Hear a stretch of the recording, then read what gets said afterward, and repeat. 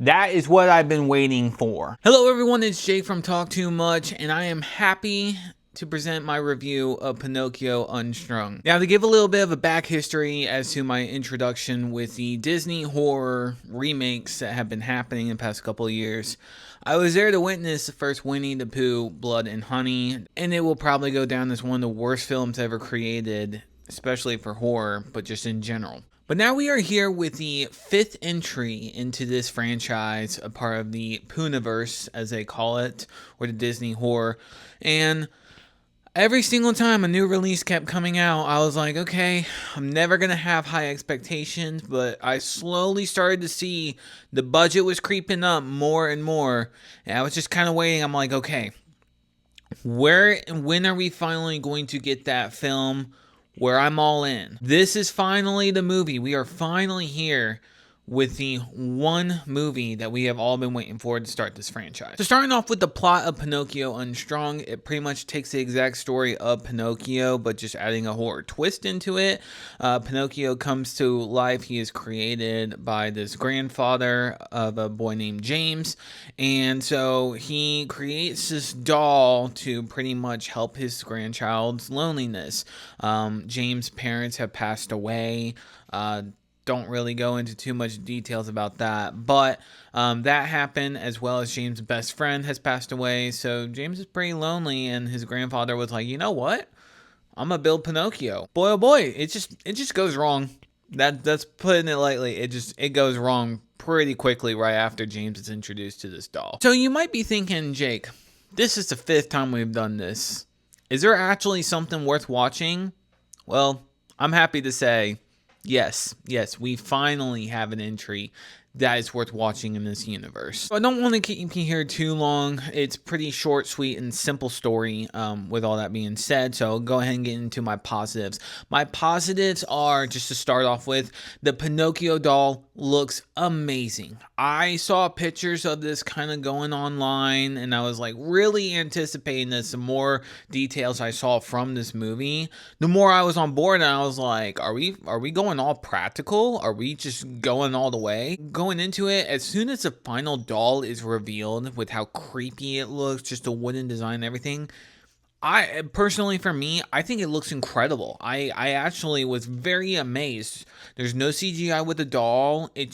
I was actually very blown away by the way it looks. Another positive I have to give here is this feels like the first time we are getting one of these movies where we actually have emotional depth to these characters, and we actually start to care about them. We actually start to care about James and his friends, his grandfather, all those people. We actually are invested in these characters, and it's so nice that we aren't just spewed out 10 characters that just all get slashed and killed left and right. After watching Winnie the Pooh 2, there was nothing with that movie other than to have a fun time and just watch people get slashed left and right like a regular slasher. But I was so happy that there felt like more in depth with these characters and more of an actual overall story. It very much gives a whole spin on a Child's Play feeling, like the whole Chucky and everything. I actually really liked what they did with that. I thought it was good. They didn't like copy and paste, but you can tell that Child's Play was very much an influence when it came to Pinocchio, and it worked in a lot of really good ways. Another positive I will also have to give is we finally have some direction towards going the overall Pooniverse, connecting everything together. There is a certain character, won't mention it, but they finally appear in Pinocchio to connect all of the movies together, and we start to have the connections kind of going on. And I really think they did that in a smart and clever way that was really well done, but also it's not where, I mean, you have to see the other movies to understand what it is, but they're not making him like a central character in any way. He's just more so in the background. You know why he's in the background, and you start to connect the dots where you're seeing, okay, Pinocchio can actually fit in the universe of these other movies. This is starting to work out. We're starting to get some connections. I also like how they didn't make this some end credit bullcrap. They just kind of stuck it in throughout the movie, little glimpse here and there, to where you're seeing it all. You know it's going to be happening. they're kind of like teasing you, saying, hey, something bigger is on the way. We want you to focus on Pinocchio with this movie, but here's your little hint that we have something much bigger. And lastly, what I'll get with my positives, this will be the last one before we get into the mixes here. I love the practical effects of this movie. I think it is so much fun. There is a lot of gore in here, not like Terrifier level, nothing, no way going that far. But it's so nice that they didn't go the CGI route, because you could tell if they went towards doing this whole entire thing with CGI, it would have looked like an abomination. But when you start to see Pinocchio actually get in action and start, like, cutting people open, slashing left and right, it very much, like, they go all for it. And I love that. I love that about this movie, is that all the effects, when you're seeing everything being killed, taken apart, stuff like that, and then put together, it looks great. And I am a huge fan of what they did here on the side of the gore and the violence, while making it silly, but at the same time, you're just kind of like, when you see someone getting stabbed straight through with Pinocchio's nose, you're seeing it go all the way through. Going on to the mix factors of Pinocchio, there's just a couple of things. Robert Englund is in this movie. I do wish that he was involved more with it. You start to see his face come out a little bit in the first 30 minutes, so you kind of get a little bit of an excitement here. But then he goes back in, they talk a little bit more for 5 minutes, and then he finally comes out. When you're really looking at it, he's in a few scenes, but he's only saying about maybe 10 to 15 lines, and they're pretty repetitive. So you get your Robert Englund, you get your little Freddy Krueger here and there, and he has that nice little voice too, Jiminy Cricket.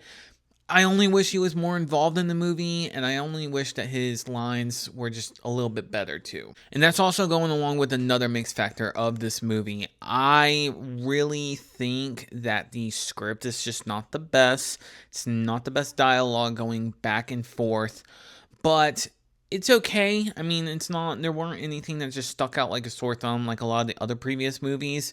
But this one, it just felt a little weak watching it. And I was just kind of like, there were some moments that worked with me, some not so much. But it feels like, again, we're going towards the right direction between the comedy and the horror. So I do think we're going to get to a point where they're actually doing solid jobs on these movies, and people can actually get excited to go to the next one. We are definitely getting there. We're on the right track. We just need a couple more tweaks with that. Now going on to my negatives of Pinocchio, and there's really not too much of a gripe here, just a couple things here and there. Some of them are a little bit nitpicky, and they had the chance to do something really well, but then I kind of left scratching my head. First being is that Pinocchio is designed almost exactly like Chucky. The way his size is and everything like that. They make him do a lot of gore and effects to where it's kind of like towards the end, the third act, you're kind of left scratching your head. So I'm like, I don't see how all that lines up. Some of it is played for a comedic effect. Some of it you're just kind of like, that doesn't work with me. More specifically, there is a scene where Pinocchio finally feels like he's becoming a real boy, and after killing all of his victims, he decides to play surgeon, and you're just kind of left like, I understand why it was done, but what was the overall point in showing the whole picture at the end? So I was kind of left puzzled about that. I didn't really feel like it was necessary with that whole final scene.